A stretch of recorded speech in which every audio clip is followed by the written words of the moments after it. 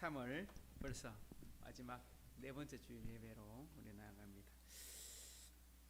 참 감사한 것은 날씨가 계속 춥다가 풀어졌다가 약간 춥다가 하다가 이제 드디어 이제 봄이 완연하게 느껴질 만큼 따뜻한 게 오늘 아침에 나가면서 보니까 목련도 폈고 개나리도 폈고 그다음에 백매화도 폈고 홍매화도 폈고 빠른 데는 이제 벌써 벚꽃도 폈습니다. 수성구에는 벚꽃 많이 폈고 하양에 나가보니까 아직까지 벚꽃 좀 폈던데 이제 봄이 오는구나, 하나님이 또 따뜻한 계절을 주시는구나, 그런 기대감을 가지고 또 예배에 참석하고 싶습니다. 이 시간 같이 고백하십시다. 내가 그리스도와 함께 십자가에 못 박혔나니 그런 적 이제 내가 산 것 아니요 오직 내 안에 그리스도께서 사신 것이라. 같이 믿음으로 고백하면서 예배를 준비하면 좋겠습니다.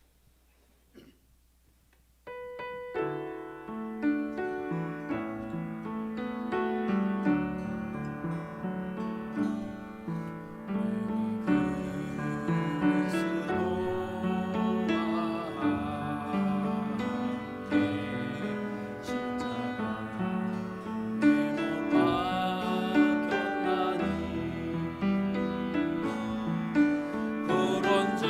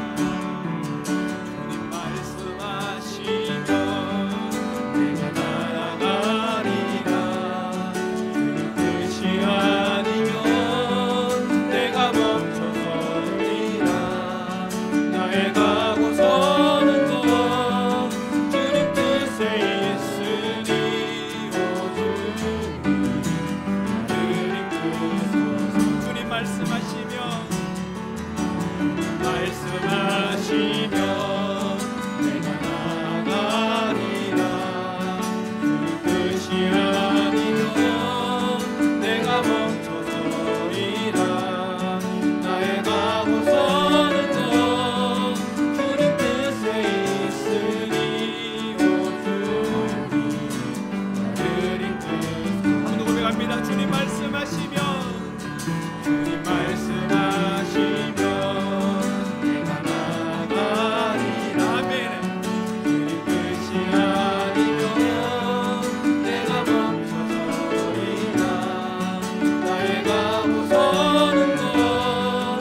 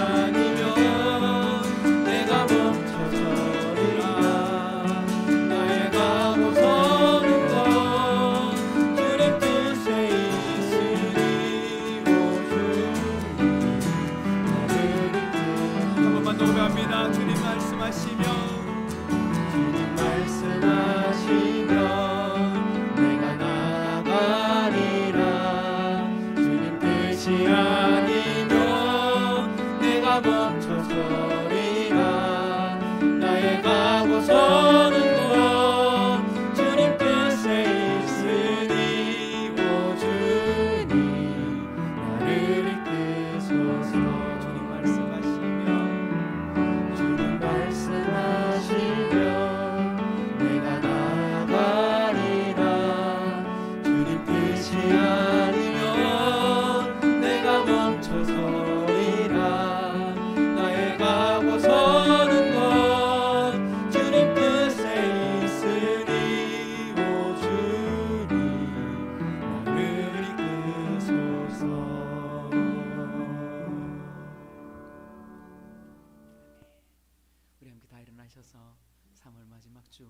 하나님 앞에 나아가십시다.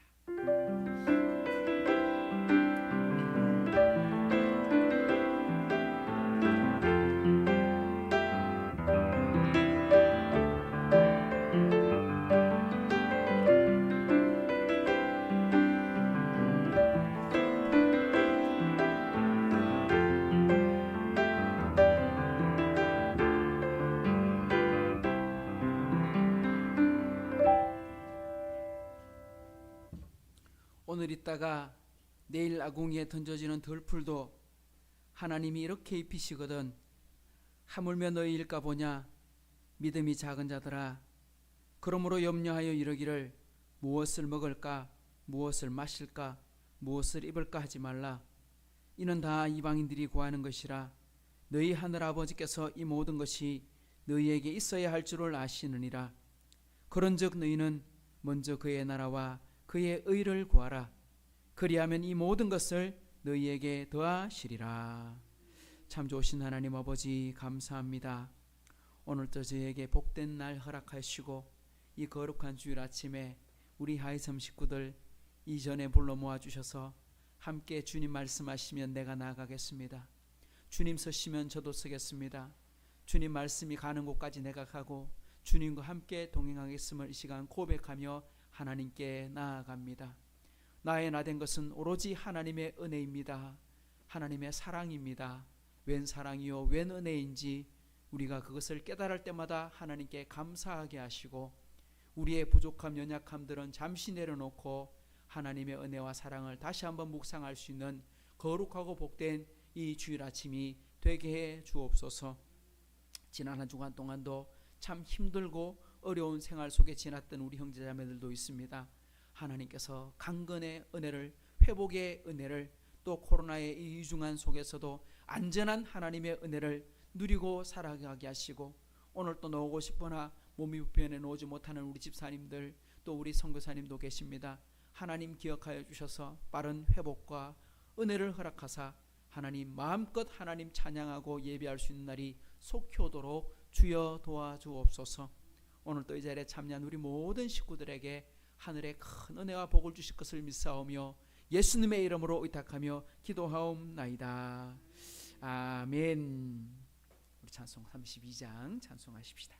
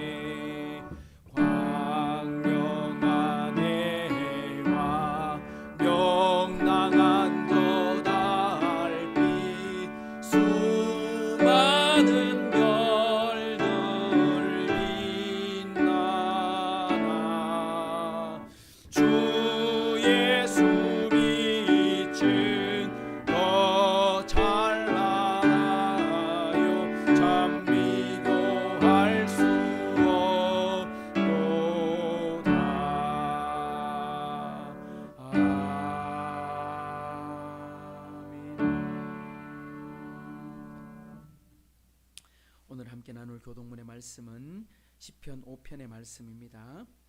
여호와여, 나의 말에 귀를 기울이사 나의 심정을 헤아려 주소서. 나의 왕, 나의 하나님이여, 내가 부르짖는 소리를 들으소서. 내가 주께 기도하나이다.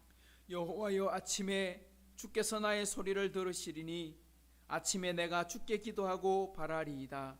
주는 죄악을 기뻐하는 신이 아니시니 악이 주와 함께 머물지 못하며 오만한 자들이 주의 목전에 서지 못하니이다. 주는 모든 행악자를 미워하시며 거짓말하는 자들을 멸망시키시리이다. 여호와께서는 피 흘리기를 즐기는 자와 속이는 자를 싫어하시나이다. 오직 나는 주의 풍성한 사랑을 힘입어 주의 집에 들어가 주를 경외함으로 성전을 향하여 예배하리이다. 여호와여, 나의 원수들로 말미암아 주의 의로 나를 인도하시고 주의 길을 내 목전에 곱게 하소서. 아멘. 전능하사 천지를 만드신 하나님 아버지를 내가 믿사오며 그 외아들 우리 주 예수 그리스도를 믿사오니 이는 성령으로 잉태하사 동정녀 마리아에게 나시고 본디오 빌라도에게 고난을 받으사 십자가에 못 박혀 죽으시고 장사한 지 사흘 만에 죽은 자 가운데서 다시 살아나시며 하늘에 오르사 전능하신 하나님 우편 앉아 계시다가 저리로서 산 자와 죽은 자를 심판하러 오시리라. 성령을 믿사오며 거룩한 공예와 성도가 서로 교통하는 것과 죄를 사하여 주시는 것과 몸이 다시 사는 것과 영원히 사는 것을 믿사옵나이다. 아멘. 우리 자리에 앉으시고 339장 찬송하시겠습니다.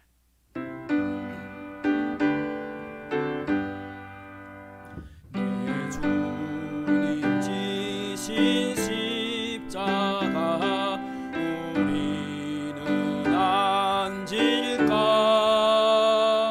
이게나 있는 십자가 내게도 있도다. 내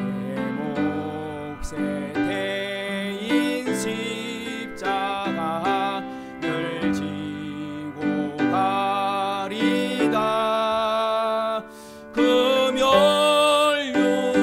금연류관을 쓰려고 저 천국 가겠네. 저수정 같은 길에서 멸류관 벗어서 주 예수 앞에 바치며 늘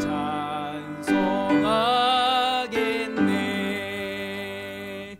저 천사 소리 높여서 늘 찬송할 때에 그 좋은 노래곡 조가 참 아름답도다.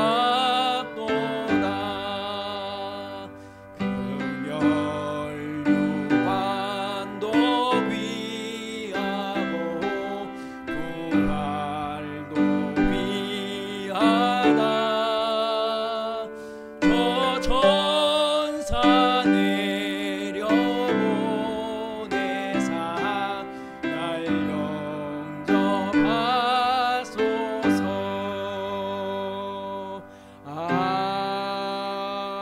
아멘. 오늘 이 시간에는 윤혁진 형제가 기도해 주시겠습니다.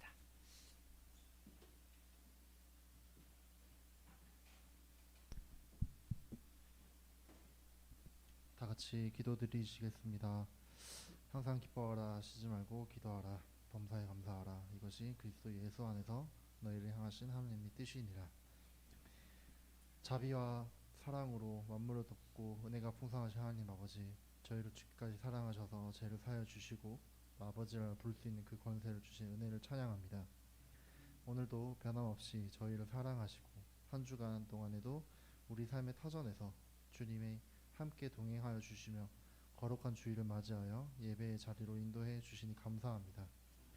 한 주간 살아오면서 아버지께서 베풀어 주신 은혜와 감사가 한량없음에도 불구하고 값없이 받은 은혜를 나누지 못하는 저희를 용서하여 주시옵소서.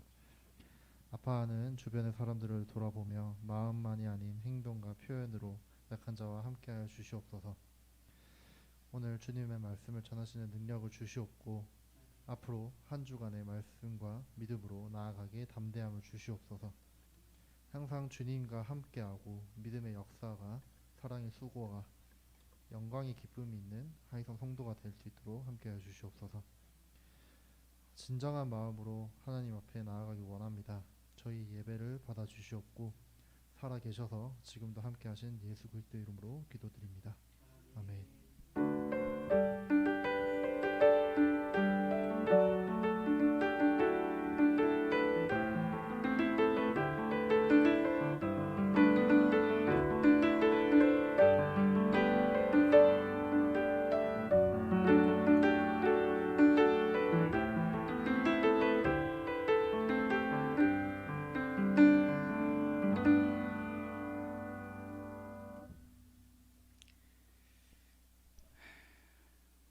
말씀 보겠습니다.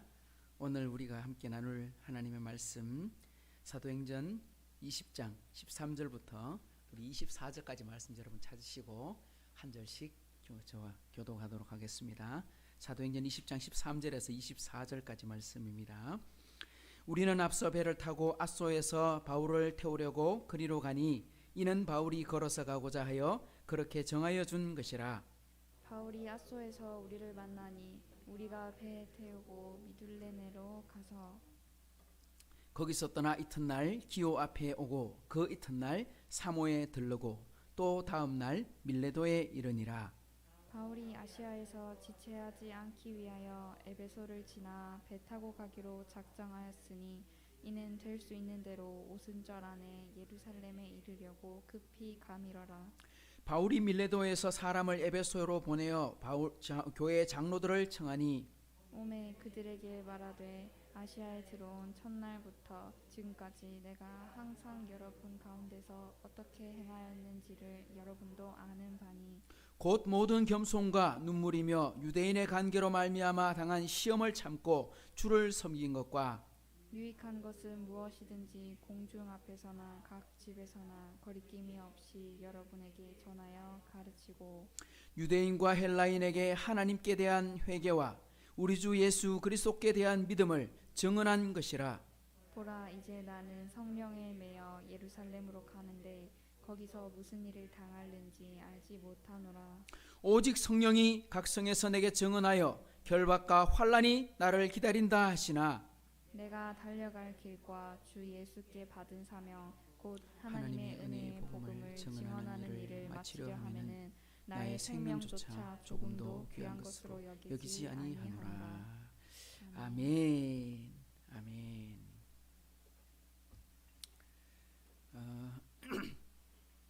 이번 주에는 특별히 다른 광고가 있지는 않고요. 몸이 불편하신 분들을 위해서 함께 기도해 주시면 좋겠고요. 특별히 지난 주간에 우리 이현숙 집사님 가정에서도 확진자가 나오곤 했었는데 어제 그리고 연락을 하면서 보니까 다른 식구들도 좀 걸린 건 아닌가 확진된 건 아닌가 걱정돼서 제가 진단 키트도 드리고 검사도 해봤는데 일단은 그 한 줄 나오는 거 보니까 음성이다 했지만 뭐 감기 몸살로 좀 아직도 힘들어하고 계셔서 어제도 많이 불편하셨습니다. 그 필요한 것 이렇게 구입해서 드리고도 했는데 빠른 회복을 위해서 함께 기도해 주시고요. 특별히 몸이 불편하신 분들, 특히 나이 드신 분들이 어렵지 않도록 함께 기도해 주시면 좋겠습니다. 제가 지난주에도 정점이다 했는데 이번 주도 정점이다. 아니요, 이번 주는 이제 꺾여 내려가고 있다. 추세가 그렇게 이야기를 합니다. 이제 내려갈 일만 남아있다. 이제 봄이 올 일만 남았고 해결될 일만 남았다. 그러한 기대를 가지고 여러분들도 희망을 포기하지 않고 기도해 주시면 좋겠습니다. 여러분 스스로가 잘 관리해 주시고 혹시 불편하고 아프신 분들 생기면 즉각 연락해 주셔서 또 우리가 함께 기도할 수 있도록 해주시면 좋겠습니다. 저는 이번 주에 시차례 모임 그리고 시찰 목사님들 모임 이렇게 참석하고 있는데 저희 시차례가 다 모이면 한 40-50명 이렇게 되거든요. 장로님 목사님들. 그런데 그 중에서 이제 나이 드신 어른들은 이제 다 이제 우리 경로 대우 해드리고 그 중에 이제 젊은 사람들끼리만 모여가지고 우리 동부 시찰 젊은 피하고 이름을 지어놨어요. 그러니까 단톡방에 보면 젊은 피 이렇게 돼 있어요. 근데 제가 지금 52 아닙니까? 이게 무슨 젊은 피입니까? 그래가지고 제가 그 중에서 나이가 두 번째로 많은 편인데 뭐 다들 뭐 그래도 이제 다 50줄로 오고 40대 후반이에요. 그래가 이제는 젊은 피 하기엔 너무 늙었지 않나? 그래갖고 이제 중후한 피 이렇게 할까? 그런 이야기하면서 모임을 한번 했는데 모임하는 중에 참 은혜가 많았어요.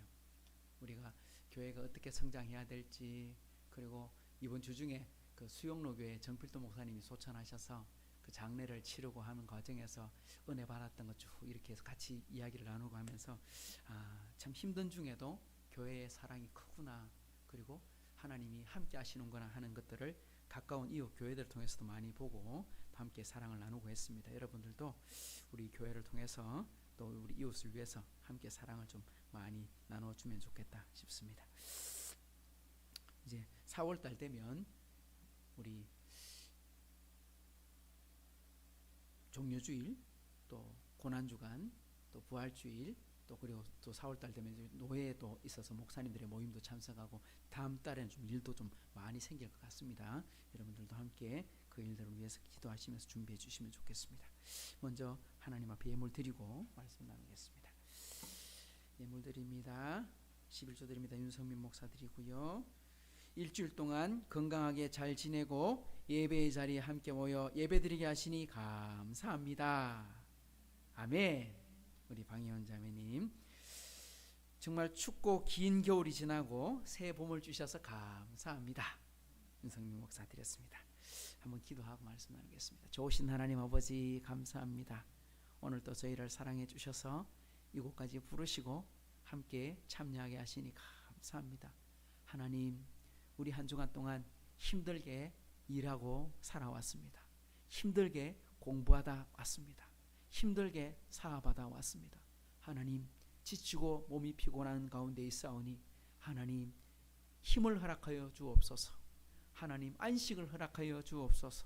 수고하고 무거운 짐 자들아 다 내게로 오라. 내가 너희를 쉬게 하리라 말씀하셨사오니 주님의 멍에 맬 수 있는, 주님의 심 함께 동참할 수 있는 복된 우리 식구들 다 되게 도와주시고, 염려한다고 키가 커지는 것도 아니고 염려하고 근심한다고 사업이 되는 것도 아니고, 하나님 그게 아니라 하나님의 것임을 인정하고 하나님의 주인 되심을 고백하고, 하나님이 우리 가정과 하나님이 우리 공부와 하나님이 우리 사업의 경영을 주여 인도해 주옵소서. 그리하여 우리 하이섬교회 식구들이 속해 있는 모든 곳곳마다 복에 근원되어 많은 사람들에게 큰 선한 영향력 끼치는 복된 우리 식구들 다 되게 도와주옵소서. 오늘 또 이 주의 일에 동참한 우리 모든 식구들 가운데 한량없는 복 주실 것을 믿사오며 예수님의 이름으로 축복하며 기도하옵나이다. 아멘. 할렐루야.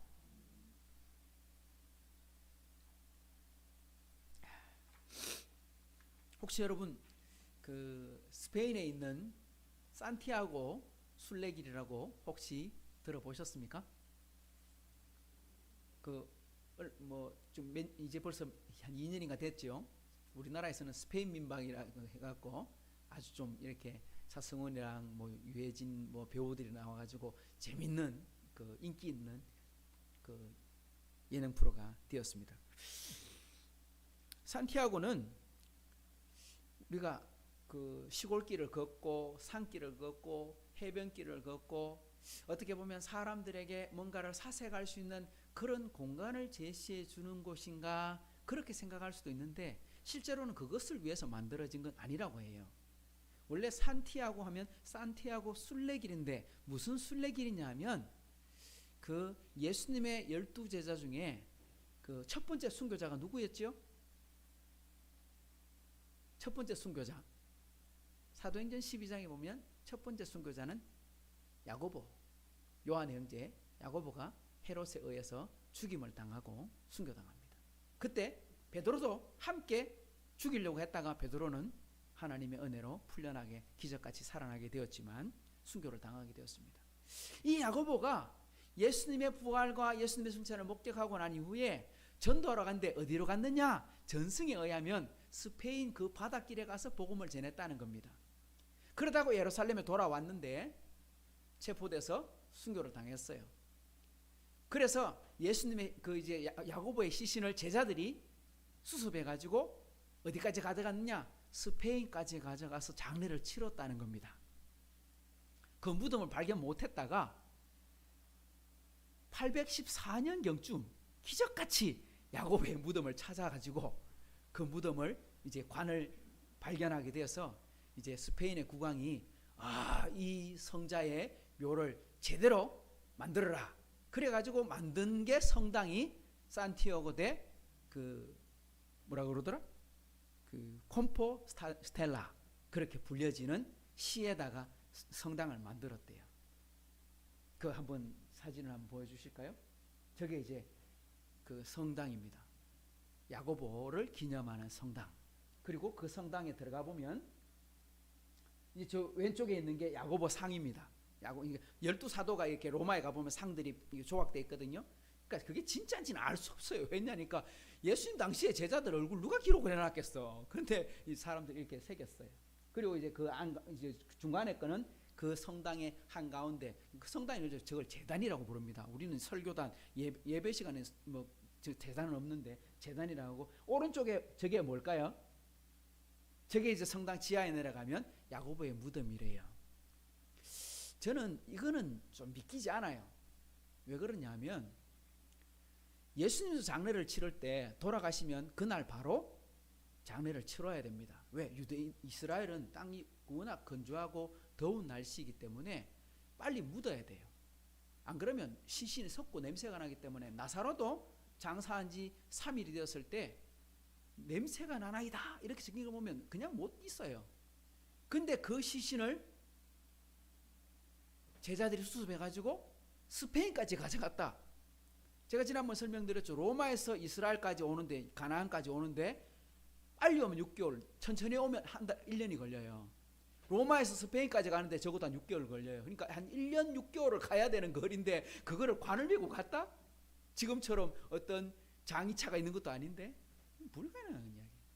그런데 저렇게 이야기를 해서 하나의 뭔가를 만들어낸 것 같아요. 하지만 저는 그게 나쁘다 좋다가 아니라 저 이제 산티아고 하는 말이 그 세인트 디에고, 영어로 말하면 제임스, 프랑스어로 말하면 자크, 장자크, 그리고 그 스페인어로 말하면, 스파니어로 말하면 산티아고, 이렇게 된답니다.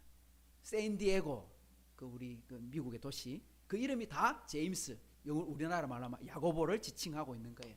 그 야고보가 걸어갔던 그 길들을 순례하는 코스가 산티아고 순례길입니다. 여러분 한번 가보고 싶지 않나요? 우리 혜원이는 고개를 끄덕끄덕 가봐야 되는데 저 길을 걷는데 많이 걸으면 길이 여러 개가 있대요. 한두 개가 아니고 프랑스에서 오는 길, 스페인에서 가는 길, 여러 가지 길이 있는데 긴 거는 1000km가 넘고 짧다고 해도 한 700km. 보통 그래서 한 달 정도 휴가를 내가지고 저 길을 걸어가고, 아니면 한 일주일 휴가 내갖고 100km, 뭐 한 150km를 이렇게 짧게 걸어서 계속 가는 사람도 있고 그렇게 하는데, 가는 사람들의 사람 연령을 분포를 보니까 30대에서 60대가 한 50%, 그리고 30대 미만이 한 30%, 그리고 60대 이상도 한 20% 이렇게 차지한대요. 지도를 한번 보여주실까요? 저게 스페인 지도인데 저 위에 빨간 점 찍혀 있죠. 저 빨간 점이 등대예요. 저 등대에서부터 저 옆에 있는 산티아고 데 콤포스텔라라고 적혀 있는 그 위에 오른쪽으로 조금 더 오면 그 도시까지 걸어오는데 저 길이가 얼마냐? 한 1000km 돼요. 저걸 이제 지금 큰 지도로 보여주는 거고, 이제 확대해서 보여주면 이제 저 끝에 이제 무시아라고 하는 저기 등대가 있는데, 저 등대부터 해변길로 쭉 내려왔다가 산길로 올라갔다가 내려갔다가 그러면서 시골길로 들어갔다가 그러면서 많은 것을 뭐 하게 됩니까? 사색하게 되는 거죠. 뭘 바라봐요? 산을 보고 들을 보고 바다를 보면서 자기 인생을 돌아보게 되는 거죠. 자기의 삶을 돌아보게 되는 거죠. 내가 뭐하고 살아왔나.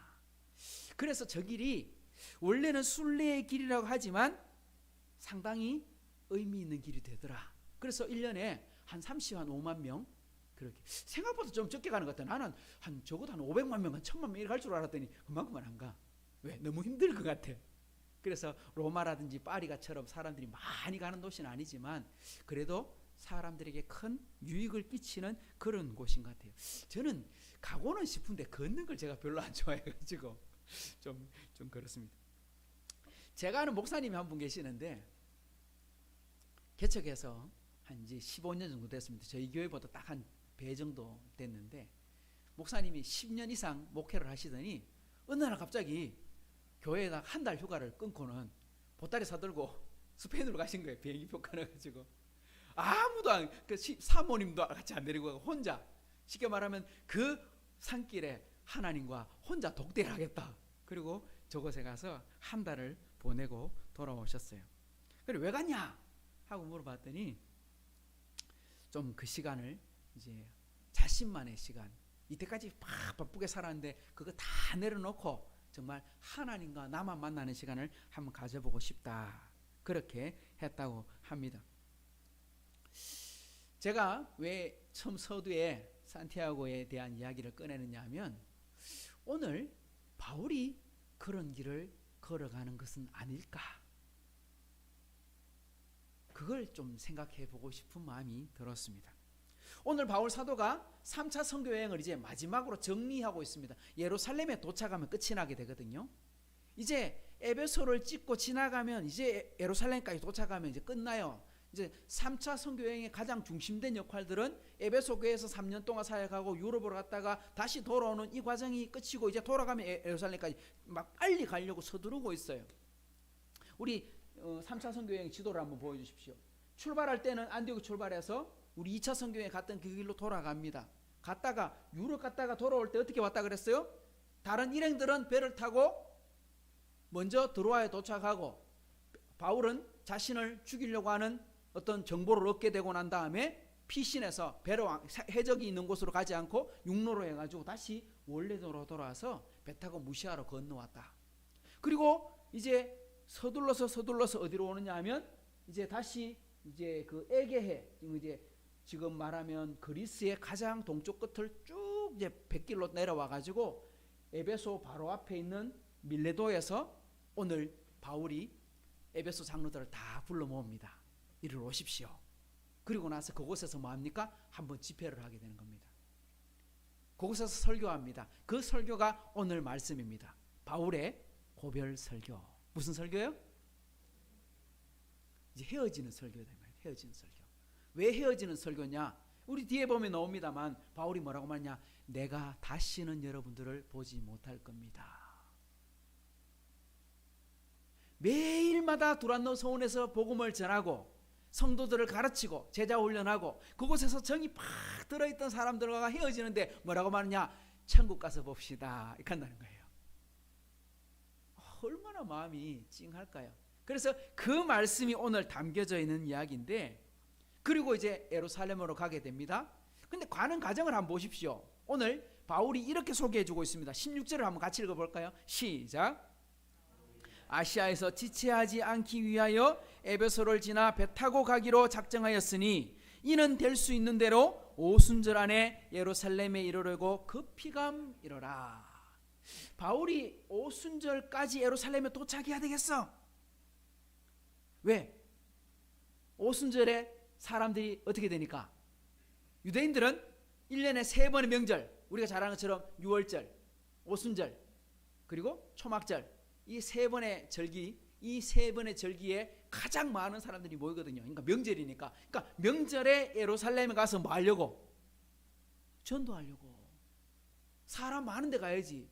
물고기 많은데 거물을 던져야지. 그런 마음으로 이제 빨리 서둘러 가려고 한다는 거. 서둘러. 그러니까 여기 뭐라고 되어 있습니까? 예루살렘에 가리려고 급히 이르라. 근데 바울이 어디에서 출발했느냐 하면 그 빌립보에서 뭘 보냈느냐? 유월절을 보내요. 빌립보에서 무교절을 지나요. 그리고 무교절을 지나고 배를 타고 드로아로 건너오게 되거든요. 자, 6월절부터 시작해서 맥추절까지 오는 기간이 며칠입니까? 6월절을 하고 무교절 일주일, 그러니까 6월절 날부터 시작해서 무교절까지 마지막 날까지 8일입니다. 8일 사이에 안식일이 있고 안식일 후 첫날에, 지금으로 말하면 주일이죠. 그때 뭘 하느냐? 보리싹 하나를 베어가지고, 이때 보리싹은 이제 싹이 나갖고 열매가 이미 달렸어요. 그 열매를 하나님께 바칩니다. 그걸 무슨 절기라고 말한다고요? 초실절. 첫 번째 열매를 하나님께 바칩니다. 그거 바치고 7, 7이 49 해서 49일이 지나고 그 다음날 50일 되는 해가 뭐냐? 그때가 뭐냐? 맥추절. 50일이 되었으니까 오순절, 성령 강림절 이렇게 되거든요. 지금 바울이 빌립보에서 무교절을 지났으니까 며칠 지났어요? 8일.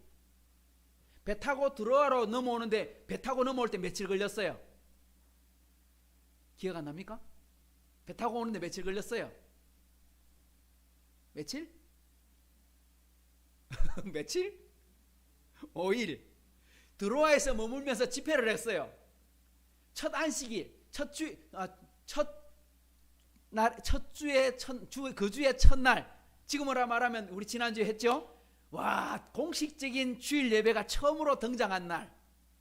그렇게 해서 일주일 동안 머물면서 드로아에서 집회를 했어.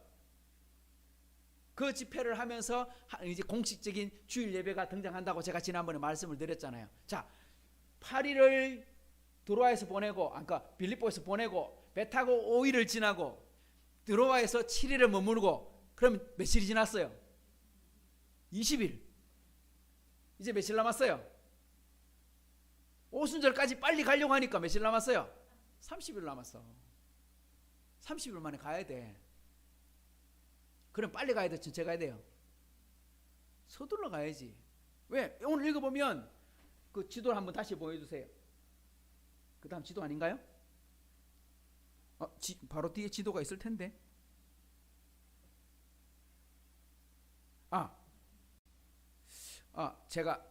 말씀부터 먼저 한번 봅시다. 제가 왜 말씀을 먼저 드렸느냐면 서둘러 가려고 했잖아요. 근데 왜 서둘러 가려고 했느냐? 그런데 오늘 말씀에 보면 제가 산티아고를 이야기했는데 왜 뭔가 맞지 않느냐? 저는 이 속에 또 뭔가 좀 들어있는 것 같아. 제가 항상 말했잖아요. 본문에서 말하고 있는 내용이 좀 더 깊이 들어가 보면 또 딴 게 있는 것 같다고. 오늘 말씀에도 그걸 볼 수가 있어요. 13절을 여러분 같이 한번 읽어봅시다. 13절 시작. 배를 타고 아소에서 바울을 태우려고 그리로 가니 이는 바울이 걸어서 가고자 하여 그렇게 정하여 준 것이라. 분명히 16절에서는 뭐라고 말했습니까? 빨리 예루살렘에 가려고 서두르고 있다. 왜? 이미 20일이 경과했고 남은 시간은 한 달밖에 없어. 30일 만에 가야 돼. 근데 서둘러 가야지. 서둘러 가야 되는데 지도를 한번 보여주세요. 지금 이제 드로아에서 출발합니다. 그러면 배 타고 가는 길이 제일 빠르겠죠? 근데 잘 보세요. 어디로 가야 제일 빠를까요? 레스보스, 미둘레네, 서머나, 기오, 사모, 고스, 그 다음에 밀레도, 그 다음에 이제 바다라, 그 다음에 이제 구브로 그러니까 섬을 이렇게 끼고 이렇게 돌아서 이제 그 요파항에 도착하거든요. 근데 여러분 성경 읽어보면 그 레스보스, 미둘레네, 기오, 사모, 고스 여기까지 오는데 다 하루하루 걸려요. 하루하루. 저까지 오는데 하루하루 걸린다고요. 배 타고. 그러니까 시간이 상당히 많이 걸려요. 뒤에 읽어보면 예루살렘에 도착해서 저 요파항에 도착해서 예루살렘까지 가는데 일주일 걸려요. 그리고 중간에 또 사람들 만나서 머무는 시간이 있거든요. 그러니까 오순절에 겨우 맞춰서 도착했어요. 빠듯하게. 뒤에 말씀 읽어보면. 그런데 여러분 지도를 잘 보시면 드로아에서 바로 밀레도까지 가는 게 아니에요. 오늘 13절 말씀 바로 앞에 말씀 다시 한번 띄워줄래요? 분명히 가기 위해서는 제일 빨리 가는 방법은 배 타고 가면 그냥 바로 가면 돼요. 그런데 오늘 말씀 뭐라고 되어 있냐면 우리는 앞서 배를 타고 누구는 배를 타고? 이때 우리는 누구예요? 이 사도행전을 쓰고 있는 누가? 디모데. 그 다음에 이제 만났던 바울과 함께 전도했던 수많은 제자들. 그 사람들은 다 배 타고 출발하고 그리고 바울은 어떻게? 아소에서 바울을 태우려고 그리로 가니 바울은 걸어가겠다고 작정했다. 지도 한 번만 다시 띄워주세요. 잘 보세요. 드로아에서 레스보스, 미둘레네, 서머나, 기오로 가려면 요렇게 그냥 내려오면 돼요. 그냥 직진에 내려오면 돼요. 근데 바울이 어디로 갑니까? 아소로 가서 아소로 육로로 배를 타고는 어떻게 해야 되냐? 삥 둘러와야 돼요. 배로는 하루 만에 가는 거리 맞아요. 배로는 하루도 안 걸릴 거리예요. 요렇게 돌면 돼요. 근데 저 거리가 얼마쯤 되느냐 하면 드로아에서 아소까지 한 60km 되거든요. 그럼 바울은 걸어갔다 그러면 말 타고 간 것도 아니고 걸어갔으면 며칠 걸릴까요? 산티아고 길을 하루에 사람들이 25km를 걸으면 많이 걷는 거거든요. 20km를 걸으면 3일이 걸리고 25km를 걸으면 하루 반나절이 걸려 이틀 반나절이 걸리는 거예요. 지금 분명히 말하기는 뭐라고 말했어요? 예루살렘까지 오순절까지 도착하기에 빠듯하니까 빨리 가야 된다. 서둘러야 된다. 말은 서둘러야 한다고 해놓고는 자신은 배 타고 안 가고 육로로 걸어서 쉽게 말하면 바로 갈 수 있는 직진거리를 안 가고 한 바퀴 삥 둘러가지고 천천히 뭔가 속도를 죽이고 거기다가 다른 사람은 아무도 없이 혼자서 그 길을 걸어서 3일 길을 보냈다. 여러분 이 속에 뭔가 있지 않을까요? 왜 드로아에서 배 타고 쉬운 길로 물 이런 거 같이 가도 되는데 왜 혼자서 자신만의 길을 갔느냐 하는 것입니다.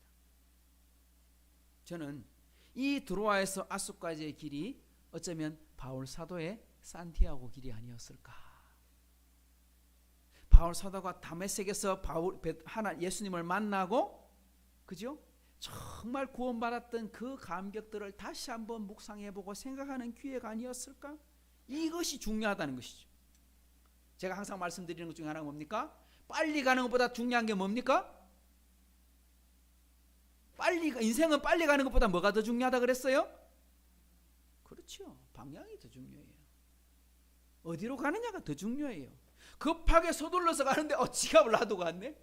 급하게 서둘러 가는데 물건을 놔두고 갔네. 가방을 두고 갔네. 그럼 어떻게 돼요? 다 돌아가야 돼요. 어쩔 수 없이. 아니면 새로 사든지. 제가 어릴 때부터 성격이 급하고 덤벙덤벙 돼가지고 잘 흘리고 다녔거든요. 그래서 갔다가 아이고 깜빡하고 돌아온 적이 얼마나 많은지 몰라요. 지금도 가끔씩 그럴 때가 있지만, 여러분, 빨리 가는 것보다 천천히 가도 바른 길을 가는 게 더 중요한데, 바울이 왜 머물렀을까? 왜 다른 사람들은 다 보내고 자신 혼자 그 길을 걸어갔을까? 이건 참 중요한 것입니다. 왜? 바울은요, 앞으로 일어날 일들을 다 알고 있었거든요. 뭘 알았습니까? 자기가 고생할 일들을 다 알고 있음에도 가고 있거든요. 그러니까 뭐 하고 있어요? 준비하고 있어요. 준비. 누구와 함께? 예수님과 함께, 하나님과 함께, 혼자서 하나님과 독대하면서. 갈라디아서 1장에 보면 이런 말씀이 나옵니다. 그의 아들을 이방에 전하기 위하여 그를 내 속에 나타내시기를 기뻐하셨을 때에 내가 곧 혈육과 의논하지 아니하고. 이 바울이 무슨 말이냐면, 다메섹으로 가는 길, 다마스커스로 가고 있다가 부활하신 예수님 만났어. 그때 바울이 뭐하고 있는 사람이었죠? 스데반 집사님 돌로 쳐 죽이고 성도들 잡아서 감옥 보내고 기독교를 박해하려고 마음먹었던 유대교인이었습니다. 그랬던 사람에게 예수님 나타나셔서 뭐라고 말합니까? 사울아 사울아 어찌하여 네가 나를 박해하느냐? 어찌하여 나를 핍박하느냐? 주여 누구십니까? 네가 괴롭히는, 네가 나를 박해하는 나사렛 예수다. 그리고 주님 만났습니다. 그렇게 다메섹에서 예수님 만나고 인생이 바뀌었습니다. 새로운 삶을 살게 됩니다. 근데 바울이, 우리가 알기로는 어떻게 생각합니까? 바울이 예수님 만나고 바로 전도하러 다니고, 바로 예수님 만나고 사도들 만나고 바로 예루살렘으로 가고 선교사가 되고 복음을 전하는 그런 사람이 되었습니까? 아니요. 사도행전에 보면 그렇게 진행되고 있어요. 그런데 갈라디아서를 읽어보면 그게 아니라는 거예요. 뭐라고 말합니까? 17절 보십시오. 또 나보다 먼저 사도된 자들을 만나려고 예루살렘으로 가지 않고 어디로 갔다가? 아라비아로 갔다가 다시 다메섹으로 돌아갔노라. 여기 아라비아로 갔다는 말이 무슨 말이냐면, 아라비아 광야로 들어갔다, 아라비아 사막으로 들어갔다. 거기 누가 있는데요?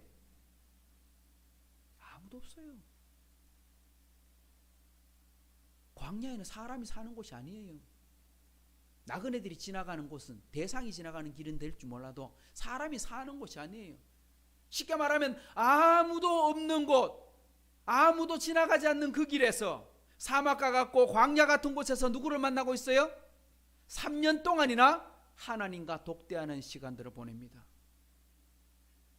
그걸 지나고 나서 어디로 가느냐? 예루살렘으로 가서 베드로를 만나고 사도들을 만나고, 그리고 그곳에서 하나님과 교회와 교제하고, 그리고 안디옥에서 복음을 전하는 일을 시작하게 되는 것입니다. 정말 중요한 것이 이겁니다. 사람들을 만나고 일하는 것도 중요하지만 먼저는 무엇부터 했다?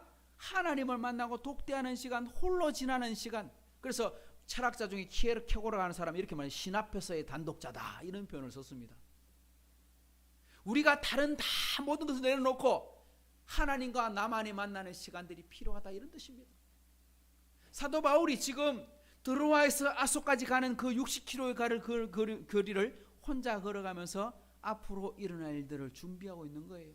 그래서 오늘 찬양을 부를 때 이 찬양을 준비했어요. 바울의 고백이 이 속에 담겨 있는 것입니다. 내가 그리스도와 함께 십자가에 못 박혔나니 그런즉 이제는 내가 사는 것이 아니요 오직 내 안에 예수께서 사신 것이라. 이제 내가 육체 가운데 사는 것은 나를 사랑하사 자기 몸 버리신 예수 위에 산 것이라. 할렐루야. 바울이 부활하신 예수님 만나고 3년 동안 다메섹에서 아라비아 광야로 들어가서 그곳에서 독대하고 혼자 고독의 시간을 보내고 하나님과 만나는 깊은 은혜의 시간을 누리고 난 다음에 사역을 했습니다. 그리고 지금 예루살렘 3차 여행을 마칩니다. 이 여행 마치면 이제는 감옥에 가는 겁니다. 이제는 죄수가 되는 겁니다. 이제는 자유롭게 여행을 못해요.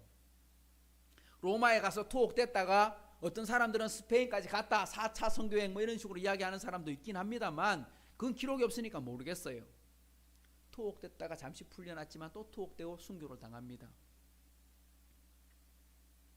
이 속에 우리는 이것을 발견해 봐야 한다는 것입니다. 우리가 바쁘고 급하게 열심히 산다고 하지만 잠시를 멈추고 자신을 돌아보는 시간들이 필요하다는 거예요. 바울은 그 시간들을 보냈다는 거예요. 여러분 열심히 공부하십시오. 열심히 일하십시오. 하지만 이거 지금 내가 제대로 하고 있는가? 내가 지금 정말 이것이 은혜가 돼서 잘 하고 있는가? 한번 돌아볼 줄 알아야 한다는 것입니다. 여러분 어제 그 저녁 8시 반부터 9시 반까지 무슨 일들이 있었는데 무슨 일이 있었는지 아십니까? 그 캠페인이 있어요. 캠페인이 벌써 시작된 지가 꽤 오래됐는데 어떤 캠페인이냐니까 지구를 위해 1시간 우리 전등을 좀 끕시다 뭐 이런 겁니다. 지구를 위한 1시간 캠페인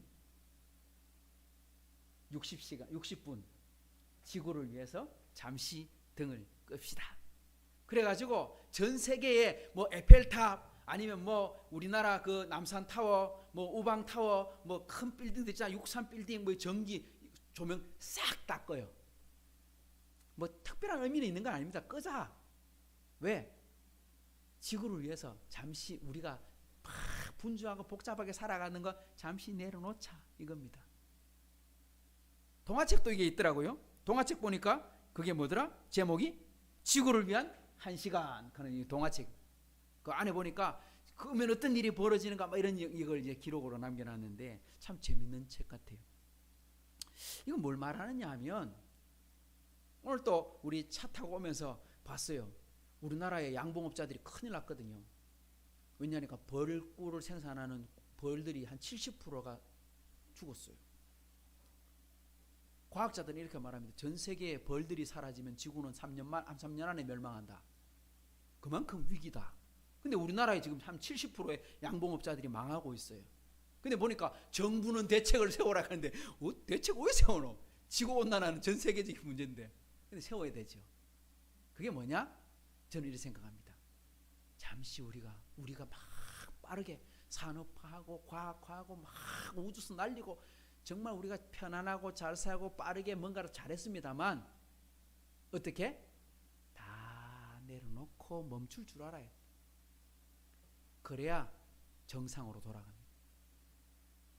우리가 너무 빨리 유익하고 편하고 좋고 그런 거 생각해서 자동차 만들고 우주선 만들고 비행기 띄우고 막 이랬는데 그게 결국은 지구를 망하게 하는 길이 되고 있으니 어떻게 해라? 잠시 멈춰라. 우리를 돌아보자. 사도 바울이 지금 그걸 하고 있다고 생각합니다. 우리 신앙생활에 중요한 것, 주님과 함께 동행하고 가는 것, 열심히 일하고 봉사하는 것, 정말 세상에 열심히 주님의 복음을 전하는 것도 중요하긴 한데요. 지금 내가 가는 길이 제대로 가고 있는가? 이거를 돌아볼 줄 아는 것. 잠시 일을 멈추고요. 쉬면서 그리고 하나님과 독대할 수 있는 시간. 이게 필요하다. 사도 바울은 알고 있었습니다. 오늘 걸어가는 이 길을 다시 돌아올 수 없다. 예루살렘에 가면 뭐가 기다리고 있다? 환난과 핍박이 기다리고 있다. 체포될 것을 기다리고 있다. 누군가가 말합니다. 선생님 가시면 안 됩니다. 지금 가면 그곳에 분명히 가면 제가 환상을 봤는데 성령께서 말씀하시기를 지금 그 허리띠를 그러니까 바울의 허리띠를 풀어갖고 그 띠를 메고 있는 사람이 결박당해서 체포됩니다. 곤욕을 당하게 됩니다. 그러니 선생님 가시면 큰일 납니다. 바울이 알았어요? 몰랐어요? 그거 다 알고 있었어요. 알고 있으면서 뭐라고 말합니까? 오직 성령이 각성해서 내게 증언하여 결박과 환난이 나를 기다리고 있다고 하시나 내가 달려갈 길과 주에서께 받은 사명 하나님의 은혜의 복음을 전하는 일을 마치려고 하면은 나의 생명조차도 조금 더 귀한 것으로 나는 여기지 않겠노라. 할렐루야. 그렇게 말하고 갑니다. 이 귀한 고백, 이 놀라운 고백이요 그냥 만들어진 게 아니라 무엇을 통해 만들어지느냐? 바로 오늘 하나님과 독대하는 시간들을 통해서 만들어지는 거예요. 예수님이 십자가를 지시기 전에 어디서 있었습니까? 겟세마네 동산에서 밤새 주님과 하나님과 함께 독대하면서 이 잔을 내가 감당할 수 없지만 주님 하나님의 말씀에 순종하겠습니다. 그걸로 그것을 지게 되는 거거든요. 오늘 바울 사도의 고별 설교는 오늘 본문 17절부터 마지막 38절까지가 쭉 바울의 고별 설교입니다. 이 말씀을 보게 되면 사도 바울이 얼마나 에베소에서 신앙생활을 훌륭했는지, 어떻게 가르쳤는지, 어떻게 목회자의 삶을 살았는지, 그리고 그 주님의 교회를 섬겼는지를 알 수 있는데요, 저는 오늘 이 본문의 말씀을 통해서 첫 번째는 하나님과 독대하는 시간을 가지자. 잠시 일을 멈추고 좀 천천히 가면서 자신을 한번 돌아보자 하는 것 첫 번째. 그리고 오늘 말씀에서 나오는 것을 보면서 사도 바울의 신앙을 우리가 좀 더 배웠으면 좋겠다, 그런 생각이 드네요. 자, 오늘 17절부터 나오는데 바울이 어떻게 교회를 섬겼고 어떻게 목회를 했는지를 저는 오늘은 두 가지만 제가 설명해 주고 싶습니다. 한번 따라 합시다. 변함없는 충성입니다. 바울의 신앙생활의 특징을 말하라면요, 변하지 않는 거예요. 오늘 본문 17절부터 보면 이렇게 말합니다. 바울이 밀레도에서 사람을 에베소로 보내어 교회 장로들을 청했다. 바울이 에베소에 들러도 되는데요, 들으면 어떻게 돼요? 붙잡히잖아요. 그럼 집회해야 되고 그거 성도들하고 교제해야 되고 이야기하다 보면 시간이 자꾸 지체되니까 빨리 가야 돼, 빨리. 그러니까 어떻게 하느냐, 에베소에 들르지 않고 그 옆에 있는 도시 밀레도에서 에베소 장로들을 초청하는 거예요. 그러니까 쉽게 말하면 소수의 사람들만. 여기 장로라고 하는 말은 요즘 말로 하면 목회자와 장로님들, 또 다르게 말하면 지금으로 표현하면 교회의 지도자들, 중직자들, 이런 말이 다 될 겁니다. 쉽게 말하면 모든 사람들 다 모여 집회하는 게 아니고 그 중에 교회를 책임지고 무거운 짐을 지고 있는 그런 분들만을 초대해서 바울이 권면하는 겁니다. 뭐라고 말하느냐, 이렇게 말합니다. 오매 그들에게 말하되 아시아에 들어온 첫날부터 지금까지 내가 항상 여러분 가운데서 어떻게 행하였는지를 여러분들도 알고 있다. 잘 보십시오. 첫날부터 지금까지 몇 년 걸렸습니까? 첫날부터 지금까지 에베소에 머문 시간 3년, 유럽 갔다가 돌아온 시간 계산해 보면 적어도 거기서도 몇 달을 머물렀잖아요. 그죠? 그러니까 바울이 지금 한 3, 4년 동안 이런 말입니다. 첫날부터 지금까지 내가 항상, 이 말은 뭡니까? 바울이 어떻게 살았다는 거예요? 3년 동안 항상 그렇게 살았다. 그러니까 에베소에서 사는 동안 그 바울의 삶은요, 변하지 않았다, 이런 뜻입니다. 한결같았다, 이런 뜻입니다. 항상 변함이 없다. 충성이란 말은 변함이 없다, 이런 뜻이거든요. 충성, 충자 쓸 때 뭐라고 씁니까? 사람 가운데 중자 밑에 마음 심자. 사람의 마음의 중심이 흔들리지 않는다, 변하지 않는다. 그게 충성, 충자거든요. 마음의 중심을 딱 잡고 서 있다. 우리가 신앙생활 하는데 가장 중요한 요소 중에 하나가 뭐냐? 바로 충성하는 겁니다. 충성이 뭡니까? 변하지 않는 겁니다. 성경에 보면 충성하다가 충성스러운 줄 알았는데 변한 사람 얼마나 많은지 몰라요. 더 많은 세상을 사랑하여 가버렸고, 데마. 다른 사람들도 보면 못 이겨서 떠나갔고, 배교했고, 포기했고, 낙심했고, 시험에 들었고, 그거 다 충성한 거 아니거든요. 충성한다는 건 변치 않는 것입니다. 고린도전서 4장에도 보면 사람이 마땅히 우리를 그리스도의 일꾼이요 하나님의 비밀을 맡은 자로 여길지어다. 그리고 맡은 자들에게는 구할 것이 뭐다? 충성이다. 우리가 주님의 은혜를 받았습니다. 우리가 주님의 사명도 받았습니다. 주님의 사랑도 받았습니다. 그러면 우리가 어떻게 주님을 위해 살아야 됩니까? 충성해라, 이 말입니다. 충성은 변하지 않는 것입니다. 예수 그리스도를 본받아 살아가는 삶은 변함이 없어야 하는데 그게 쉽습니까? 안 돼요. 쉽게 우리가 안 돼요. 우리가 항상 기뻐하는데 항상 기뻐 못해요. 쉬지 말고 기도해라. 쉬지 말고 기도 못해요. 범사에 감사해라. 그거 못해요. 안 돼요. 왜? 사람은요 그거 할 수 있는 존재가 아니거든요. 사람은 본성 자체가 악하기 때문에 선한 길로 가는 게 아니고 점점 게으른 길로 가고 나태한 길로 가고 그냥 놔두면 사람은 점점 퇴보하고 나빠져요. 절대 좋은 길로 가지 않아요. 그러니까 내가 뭐 해야 돼요? 세월을 아끼고 기회를 붙잡고 내 몸을 도전하고 사람을 봐야 되는 거예요. 변함없는 것은 사람의 힘으로 되는 게 아닙니다. 인간의 능력이 약해서 그게 안 되는 게 아닙니다. 그럼 어떻게 해야 변함없는 충성을 할 수 있느냐? 그건 한 가지 방법밖에 없어요. 어떻게 하면 돼요? 나는 안 돼. 나는 갈고 닦고 해보려고 하는데 작심삼일이야. 잘 안 돼. 어떻게 하면 돼요? 사람의 의지로 하는 게 아니고 성경에는 이렇게 말씀합니다. 예수님께서 말씀합니다. 딱 붙어 있으라. 누구한테? 예수님께 붙어 있으라. 하나님께 붙어 있으면 그때 됩니다.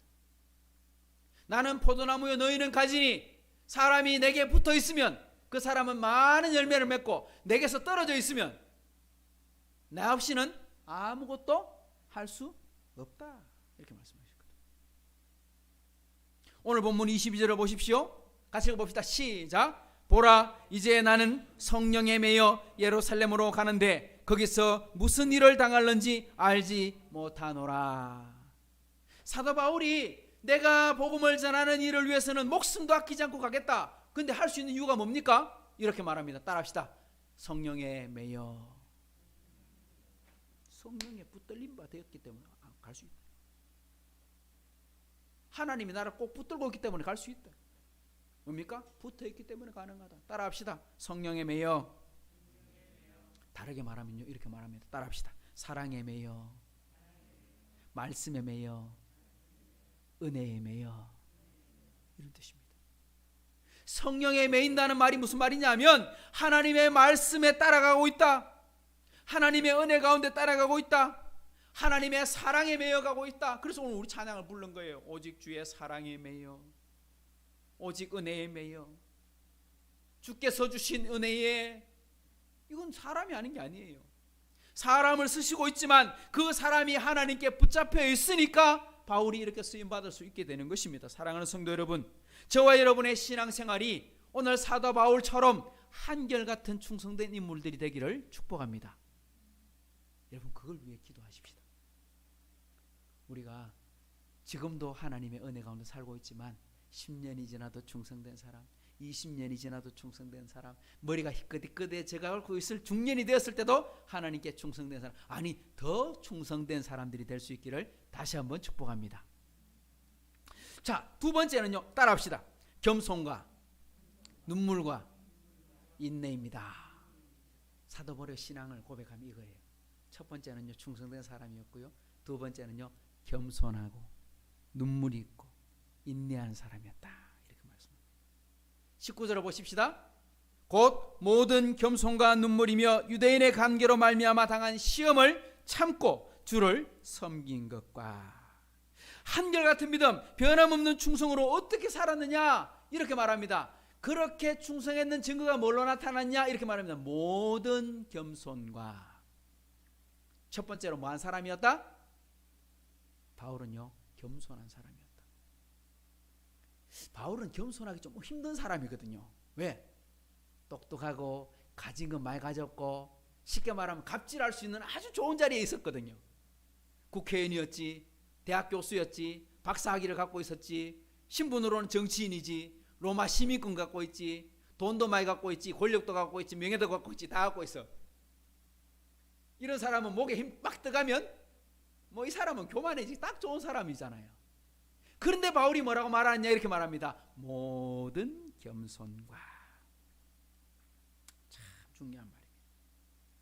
스펄전 목사님이 이렇게 소개했습니다. 겸손의 골짜기가 깊어질수록 은혜의 골짜기가 깊어진다. 할렐루야. 쉽게 말하면요, 그 사람이 어떻게 해야 은혜를 받느냐, 어떻게 해야 하나님의 은혜를 큰 은혜를 누리고 사느냐, 그 사람은 겸손한 사람이다. 진짜 겸손한 사람일수록 하나님의 은혜를 더 크게 받는다. 이렇게 스펄전 목사님은 위대하게 표현했습니다. 여러분, 하나님에 대한 겸손은 여러분 뭘로 나타날까요? 여러분, 하나님 앞에서 겸손하다, 하나님께 겸손은 뭘로 표현될까요? 그건요, 순종으로 표현됩니다. 부모님께 자식이 겸손하다, 뭘로 표현되느냐? 부모님 말씀에 순종하는 것으로 나타납니다. 빌립보서 2장에 보면 바울이 뭐라고 말하냐? 너희 안에 그리스도의 마음을 품으라. 곧 이 마음이니 곧 예수 그리스도의 마음이다 하고 말했습니다. 너희 안에 이 마음을 품으라. 그 마음이 예수님의 마음이다. 예수님 마음이 어떤 마음이냐? 예수님은 어떤 사람이다? 원래 예수님은 하나님과 같은 분이시다. 동격인 분이시다. 본체이시다. 세상을 창조하실 때도 함께 있었고 하나님을 다스리고 계시는데 그분이 한 몸이시고, 그럼에도 불구하고 어떻게 하셨다? 낮고 낮은 인간으로 오셨고 천한 인생을 살아셨고 마지막 뭐 하셨어요? 죽기까지 복종하셨다. 죽기까지 복종하셨다. 하나님이 아들 예수님 보고 네가 죽어야 돼 라고 말씀했을 때 이 잔을 내게서 떠나가게 하옵소서. 하지만 나의 원대로 마옵시고 아버지의 뜻대로 하옵소서. 내 머리로는 생각할 때 너무 힘든 일이지만 아버지께 순종하겠습니다. 이 겸손입니다. 죽기까지 복종하셨어요. 교회에서도 가정에서도요, 똑같은 원리로 나타나는 거예요. 우리 성도들이 겸손은 뭘로 나타나느냐? 목회자의 말씀에 순종함으로 나타나고요, 부모님의 말씀에 순종함으로 겸손이 나타나는 거예요. 제가 여러분들보다 잘났기 때문에 여러분을 순종하는 게 아니에요. 부모님들이 여러분들보다 훨씬 더 지혜롭고 똑똑하기 때문에 여러분이 부모님께 순종하는 게 아니에요. 그건 하나님의 영적인 원리가 그렇다는 거예요.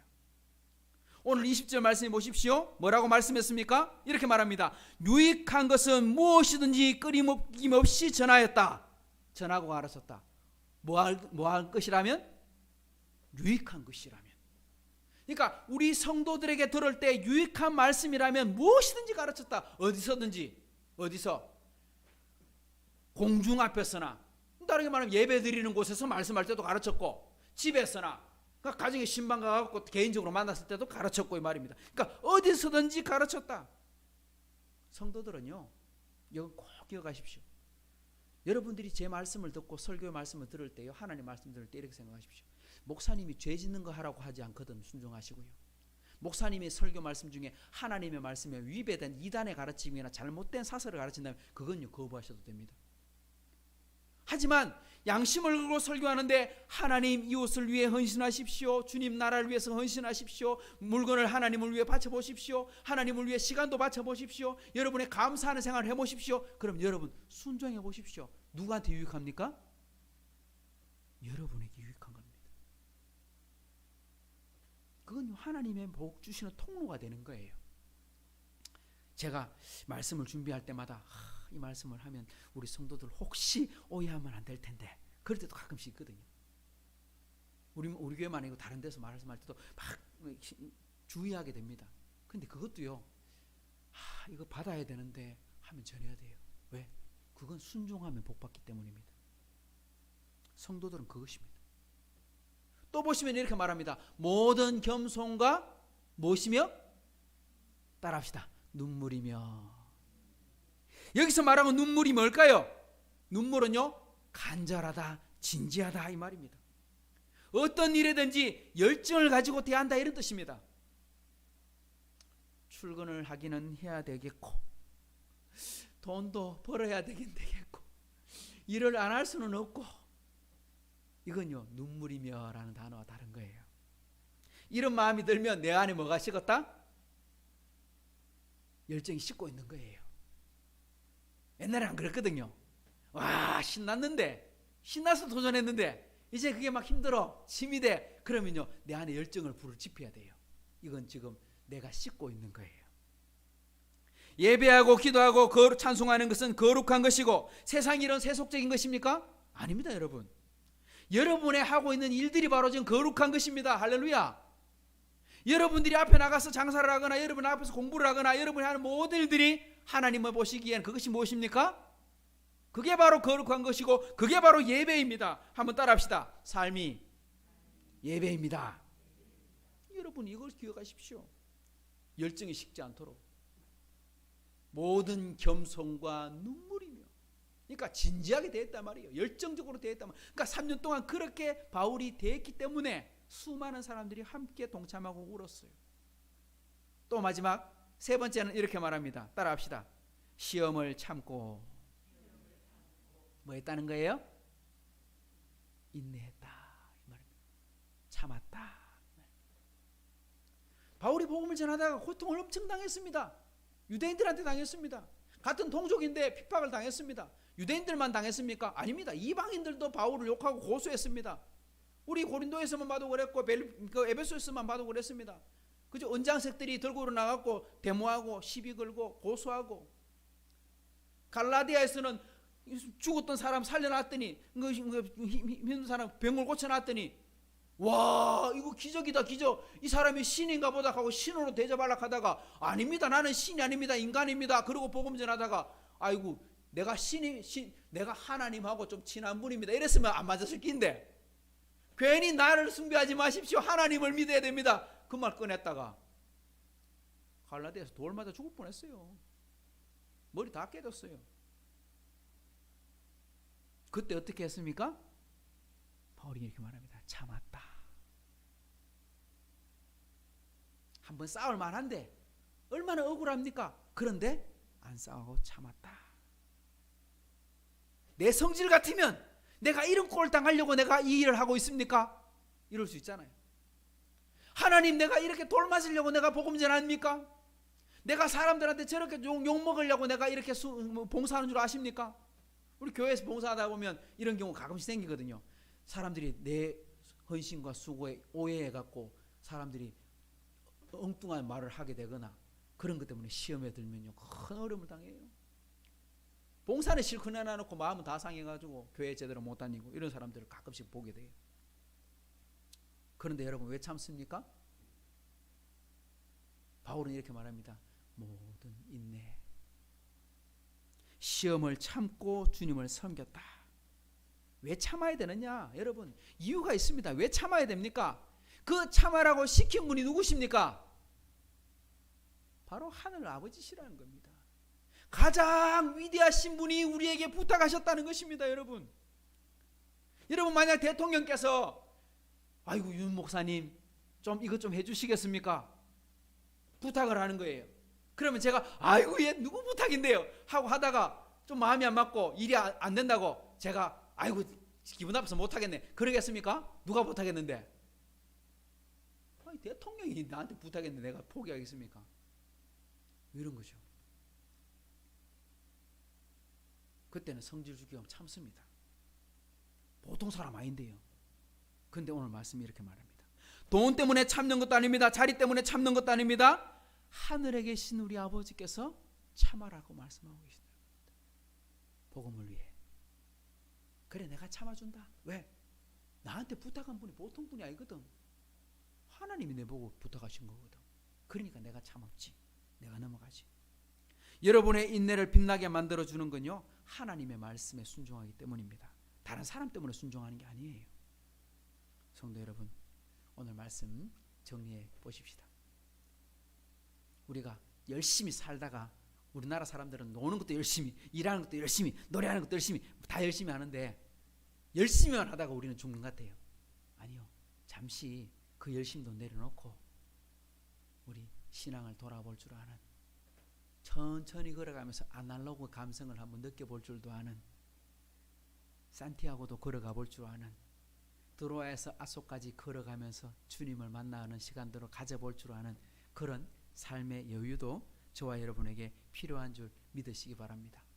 천천히 가도 주님과 함께 동행하는 그 길을 저와 여러분이 갈 수 있기를 축복합니다.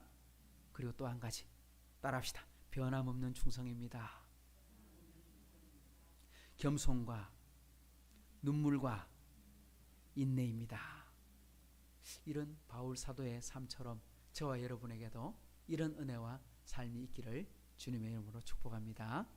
좋으신 하나님 아버지 감사합니다. 바울의 고별 설교 중에 참 하나님의 은혜의 말씀이 들어있음을 살펴봅니다. 주님과 함께 동행했던 그 시간들, 그 마음 가지고 에베소 사람들의 복음을 전했던 일들, 핍박을 받고 어려움을 당했으나 그것을 원한으로 갚지 않고 시시비비 가리지 않고 모든 인내와 참음으로 그것을 넘기고 주님을 섬겼던 것들, 그것들이 결국은 하나님 나라의 보석같이 빛나는 줄 믿습니다. 우리 하이섬 식구들 또한 하나님 삶이 예배가 되게 해주시고 내가 하는 모든 것들이 주님 안에 거룩한 일, 하나님의 일인 줄을 알게 해 주옵소서.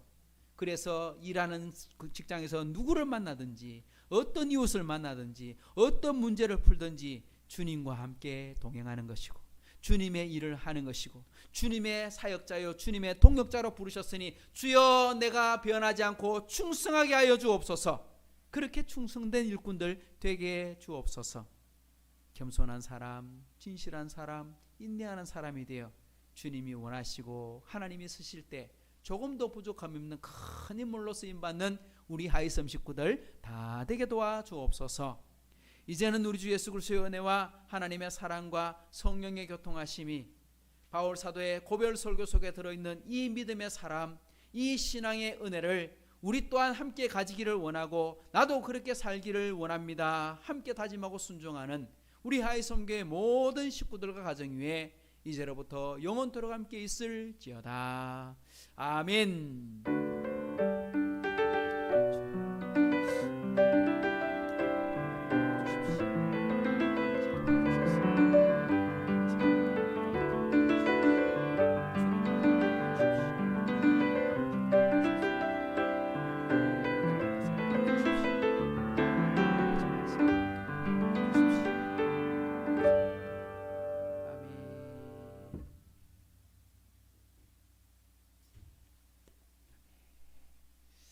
우리 예배 마쳤고요. 우리 식주방 가셔서 좀 더 교제하도록 하겠습니다.